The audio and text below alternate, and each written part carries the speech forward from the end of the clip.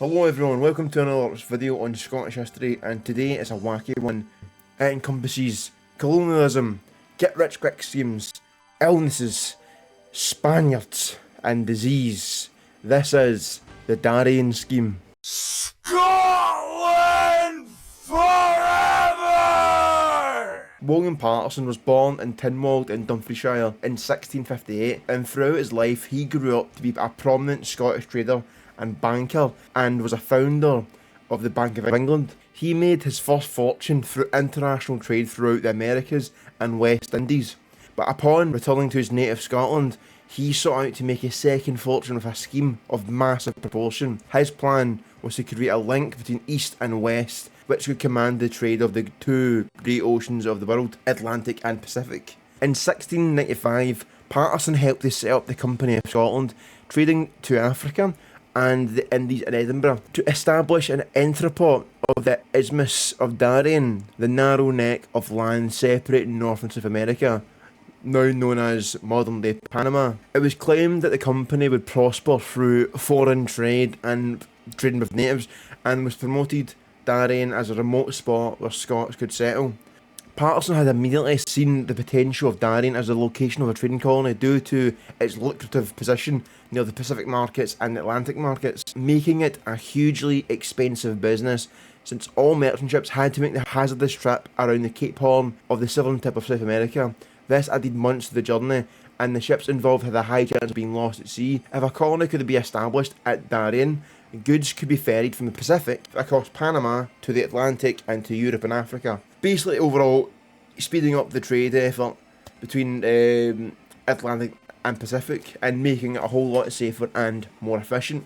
Moreover, the Scottish directors of the Darien venture could be charged a nice fat commission fee for the privilege. Never mind that the Spanish had claimed that area of Panama, but no one cares what they think, so the Scots went through with it anyway. The original directors of the Company of Scotland were Scottish and English in equal numbers, with the risk investment capital being shared, half from the English and Dutch and the other half from the Scots. However, under pressure from the East India Company, afraid of losing its freedom monopoly, managed to convince the English Parliament to withdraw their support for the scheme in the last minute, forcing the English and Dutch to withdraw, leaving the Scots as sole investors. There was no shortage of takers though, and thousands of ordinary Scots invested money into the expedition to the tune of approximately £500,000 back then, around £75 million today. About half the national capital available. So a large enough part of the economy where if this failed would be really disastrous. Foreshadowing. Almost every Scot who had £5 spare, about £750 available today, would have invested it into the Darien Scheme. Thousands more volunteered to travel on board the 5 ships that had been chartered to carry the pioneers to their new homes where the Scots could settle, including famine-driven Highlanders and soldiers discharged following the Glencoe massacre. At this time, while Scotland and England shared a monarch, they were still largely politically and economically independent.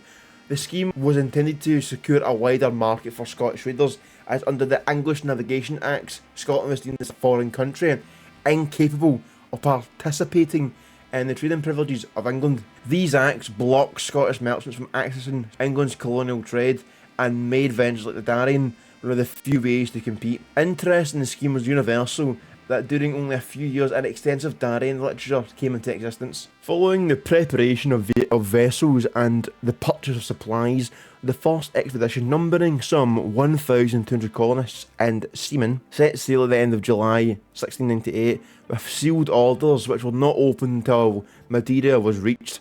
Their destination was a closely guarded secret, despite the suspicions of the more informed passengers.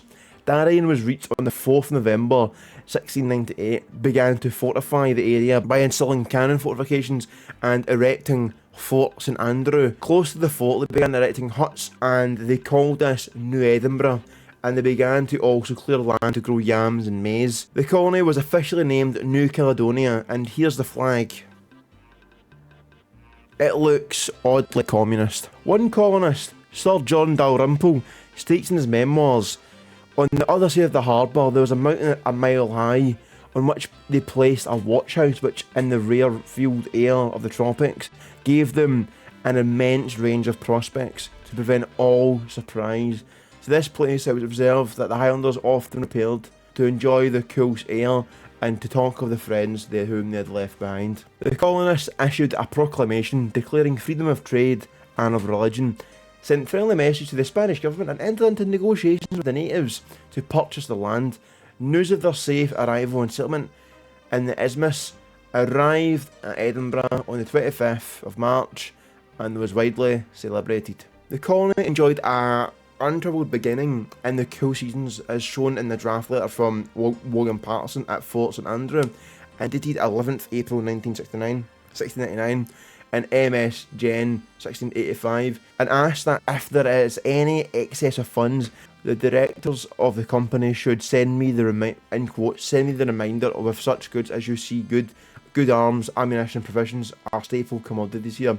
Therefore, if there not be anything to your greater satisfaction, send of them. Also servants, especially good hardy men, men are good, but tradesmen, carpenters, smiths, coopers, shoemakers, tanners, brickmakers, bricklayers, masons are the best by far, one of them being worth 2 or 3 others. No mention is made of the hardships or shortages being endured by the expedition. However, Lionel Wafer stories of long-haired Indians living a life of luxury in the land of milk and honey had given the company of founders an unrealistic view of what's going on, and the cargo manifest of the first expedition lists thousands of combs and mirrors which they expected to sell to the natives, along with boxes of wigs and other useful items which the colonists expected to use in their new life. So basically, they wanted to trade wigs, combs and mirrors to the natives because long hair, not guns or any stuff that's only found in Europe, like, I don't know, egg. The sale of wigs actually also threatened the Turkish economy and would have single-handedly crushed it if, the colony was successful. They also packed Bibles because, the first thing the natives want, not guns, not anything cool like maybe coins, they want to read a Presbyterian Bible. Surprisingly, the natives didn't really want these things, who'd have thought, and trade was almost abysmal. Agriculture was failing, and the Spanish were being dicks because Portugal and Spain wanted the New World. So the Pope just drew a line on the map and went, yeah, this is Spanish, this is Portuguese, and the Panama area was in the Spanish area of the line. Spanish thought, it's all mine, like a greedy, ungrateful child at a fucking party. The Spanish, who still claimed the region under international law, saw the Scottish presence as illegal and began preparing military responses. Orders were sent from Spain and nearby governors in Cartagena to push them out, though the Spanish response would take a few more months. Natives brought gifts of fruit and plantains, but these were appropriated by the leaders and sailors, who mostly remained in the ships. The only luck the sailors had was in giant turtle hunting. See when you look into this colony, it's just the most random shit that happens. The best thing they could do was hunt turtles. Normally you hear like the most brutal colonization stories, like yes, they cut hands off and feet off the natives because they wouldn't, grow more rubber or produce more rubber. No, these idiots from Scotland brought fucking combs and Bibles to sell to natives, and the only thing they could do correctly was hunt turtles. They couldn't even grow food. The situation was exacerbated by the lack of food, mainly due to the high rate of spoilage caused by improper stowing. In January 1699, a vessel with supplies for the colony was dispatched from the Clyde, but was shipwrecked because, Scotland. 2 other relief ships sent out soon, but they were also delayed, and they had not reached Darien until several months after the expected arrival. Meanwhile, at the colony, the hot season came in, and a lot of tropical diseases came. As the colony provisions ran short, and with no relief reaching them, the colonists died rapidly.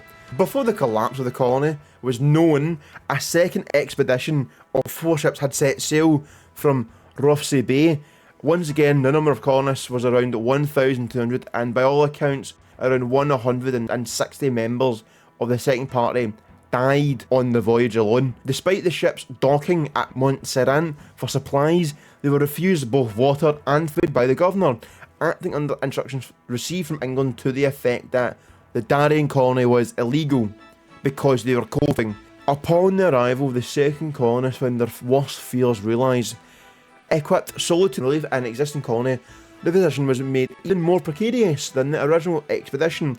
Among this unfortunate group was the Reverend Francis Borland, the only minister who was destined to return home. In 1715, he published in Glasgow a narrative of his Darien experience, a book which is now exceedingly rare. He agreed with former travellers that Darien is pernicious, whatever that word means, unwholesome and contagious, though devorous men and eaten up by the inhabitants. It's a bunch of fancy talk for Darien was a fucking shit show. Disasters accumulated fast, until, as Borland writes, what with bad water, spoiled provisions and absence of medicines, the fort was indeed like a hospital of sick and dying men. Soon after, the Spanish arrived from the nearby colonies, compounding the already fucked situation into an even more fucked situation. They sieged the fort and blockaded the harbour.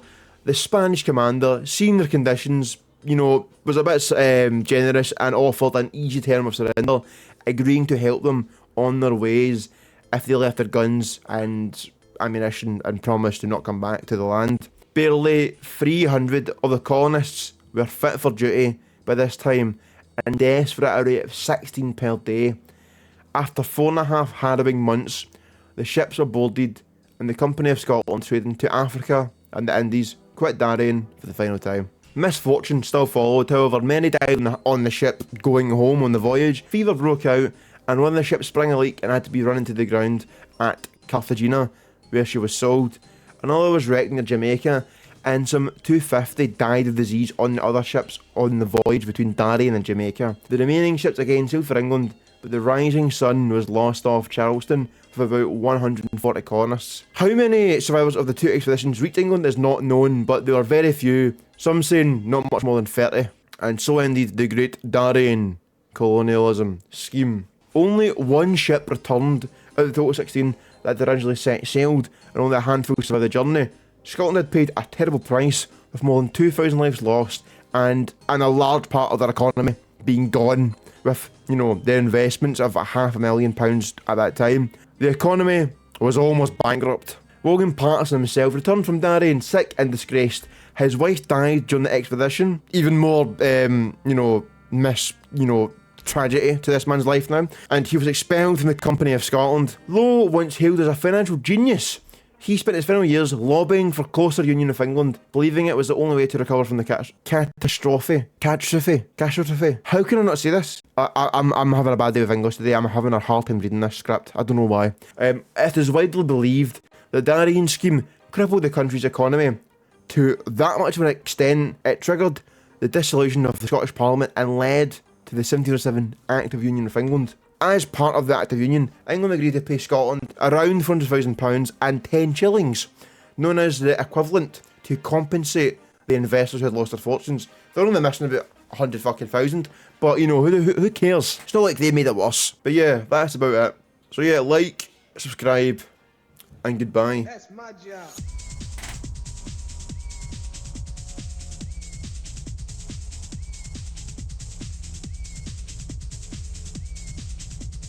That's my job. That's my job.